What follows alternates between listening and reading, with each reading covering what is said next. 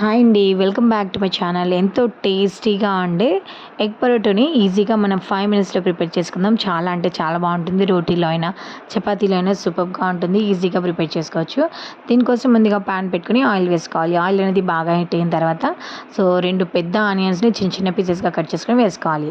Onions అనేవి తొందరగా మగ్గడానికి దీంట్లో కొంచెం సాల్ట్ని యాడ్ చేసుకోవాలండి. సాల్ట్ని యాడ్ చేసుకుంటే ఆనియన్స్ అనేవి తొందరగా మగ్గుతాయి అన్నమాట. ఆనియన్స్ సాల్ట్ యాడ్ చేసుకొని బాగా మిక్స్ చేసుకోవాలి.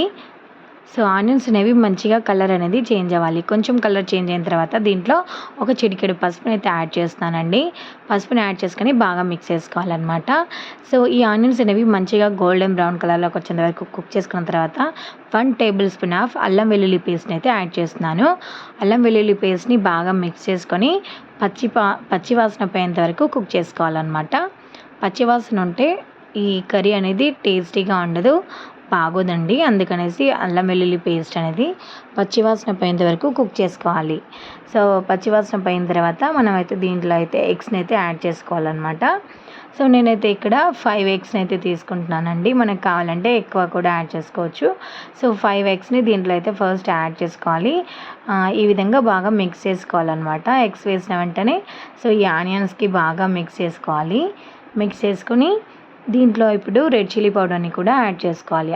మనం వేసే ఎగ్స్ని బట్టి రెడ్ చిల్లీ పౌడర్ని యాడ్ చేసుకోవాలి. నేనైతే ఇక్కడ ఒక 2 table spoon of red chilli పౌడర్ని అయితే యాడ్ చేశానండి.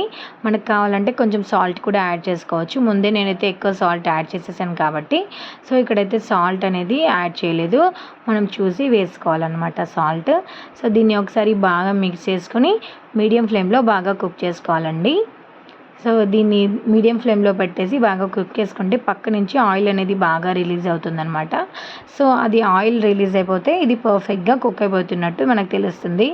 చూడండి, ఈ విధంగా కుక్ అయిన తర్వాత దీంట్లో ఒక గుప్పెడు కొత్తిమీరని యాడ్ చేసుకోవాలి. కొత్తిమీర యాడ్ చేసుకోవడం కంప్లీట్లీ ఆప్షనల్ అండి, కానీ కొత్తిమీర యాడ్ చేసుకుంటే టేస్ట్ అనేది చాలా అంటే చాలా బాగుంటుంది. మంచిగా కలర్ఫుల్గా కూడా కనిపిస్తుంది చూడండి. ఈ కొత్తిమీరని బాగా మిక్స్ చేసుకొని ఇంకో 2 మినిట్స్ కుక్ చేసుకుంటే ఎంతో టేస్టీగా ఉండే ఈ ఎగ్ పరోటా అనేది రెడీ అయిపోతుంది. చాలా అంటే చాలా బాగా కనిపిస్తుంది కదా.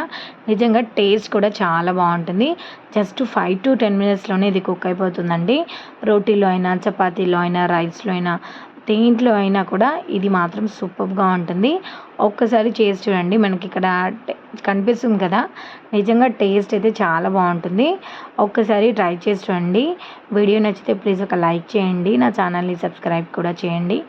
Thank you for watching. Just 5 మినిట్స్లోనే కంప్లీట్ అయిపోతుందండి. ఒకసారి ట్రై చేసి చూడండి. Thank you for watching. Bye.